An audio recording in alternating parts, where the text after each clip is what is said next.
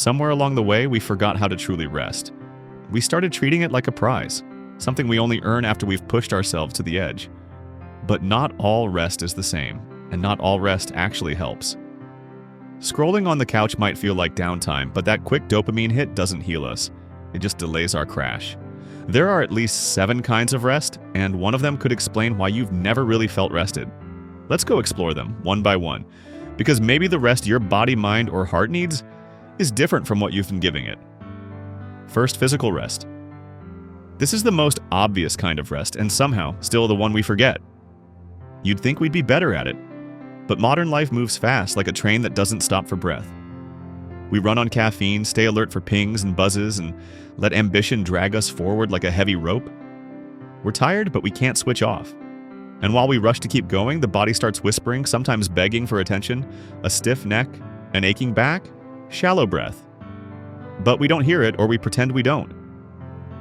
There are 2 kinds of physical rest: passive, like sleep or naps, and active, like yoga, stretching, gentle walks, massage, the kind that restores instead of drains. We need both. We deserve both. But neither will work if we feel guilty for taking them. Rest becomes impossible if you have to justify it every time. Second, mental rest.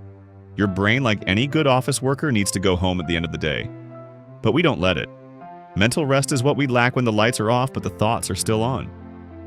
You know the feeling. You've slept 8 hours but wake up more tired. Because your mind was busy replaying conversations, solving problems, simulating futures, defending itself in imaginary arguments. Mental rest means intentional stillness. Walking without a podcast, lying down with nothing but your breath, journaling the tangled thoughts so they no longer run the show. Sometimes it means sitting in a chair and staring out the window, something no modern adult does without embarrassment. We need to normalize boredom again, because under boredom lies clarity. Third, emotional rest. Emotional exhaustion doesn't always come from trauma. It comes from pretending. Pretending you're fine when you're not. Pretending you agree when you're silently bracing. Pretending to hold the room together when inside you're falling apart. Emotional rest is the freedom to be honest. It's having relationships where you don't have to perform, where "how are you" isn't a trap, and "I'm not sure" is a valid response. Emotional rest is not the absence of feeling, it's the absence of suppression.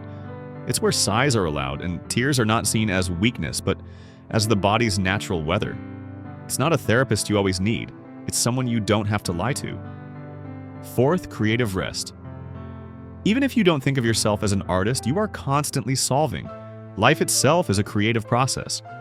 Whether you're parenting, running a business, or simply trying to make the right choice, you are imagining new outcomes every day. And imagination burns fuel. Creative fatigue isn't just writer's block, it's when you look at beauty and feel nothing. When the sunset seems like a screensaver. When music becomes background noise. Creative rest is not necessarily doing less, it's doing something different. Walking somewhere unfamiliar, reading poetry instead of scrolling. Spending time in nature not to get something out of it, but to remember what wonder feels like. Inspiration is not rare. It just doesn't visit people who never sit still. Fifth, sensory rest. We're drowning in input. Screens flash, alerts beep, voices chatter. Even joy can feel like too much when it never stops. Sensory rest is the intentional turning down of stimuli. Not just no noise, but no input. It's lowering the brightness, pausing the tabs, stepping away from devices that buzz and blink. A loud dinner party may feel exciting, but your inner child might be pulling on your sleeve saying, "Can we go home now?" It's not antisocial to need silence. It's survival. Sixth, social rest. Not all relationships are nourishing. Some are subtly exhausting, especially those that require masks. Social rest isn't about being alone, it's about being with people who don't require you to be anyone else. It's about balance. Introverts need space to not be on all the time. Extroverts too need friends who don't drain, who allow for pauses, who don't demand cheeriness when you're running on low. We need spaces where we are allowed to be unedited, unfunny, unremarkable, and still fully accepted. You know you're socially rested when you leave someone and feel lighter, not heavier. Seventh, spiritual rest. There's a kind of tiredness that sleep can't touch, the kind that comes from carrying the weight of your life all alone, the kind that whispers, "What's the point of all this?" Spiritual rest is laying that weight down. It's remembering that you don't have to have all the answers, that maybe, just maybe, something bigger is holding you. It can come from prayer, meditation, ritual, song, but it can also come from awe, from walking into a forest and realizing, with some relief, that the trees do not care about your resume. The stars are doing just fine without your approval, and the world keeps turning, no matter what's on your to-do list. Spiritual rest is a soft collapse into perspective.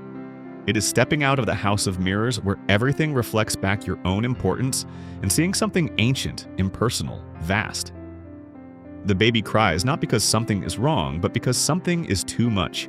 The noise, the lights, the attention. A wise parent knows when it's time to lower the blinds, wrap them in a blanket, and let the overstimulation fade into sleep. We treat this with compassion when it's a child. We ignore it when it's ourselves. But we are still that child, overwhelmed by input, starved of quiet, expected to function at full tilt without pause. Rest, then, is not weakness. It is repair. It is remembering that we have limits, and those limits are not a defect. And if we forget, our anxiety will remind us. Not as a flaw, but as a desperate message. You were not meant to live like this. In school, we learned how to multiply and divide, how to diagram sentences and analyze themes. But we were never taught how to rest. That's a subject with no grade, no curriculum, no standardized test. Yet it may be the most essential lesson of all. The syllabus is still open. You can begin again. And you don't need to do all 7 types at once. Just listen for the quiet kind of tiredness, the one that doesn't make a sound but lingers in the corner of your day, gently whispering. Pay attention to your health before it turns into sickness.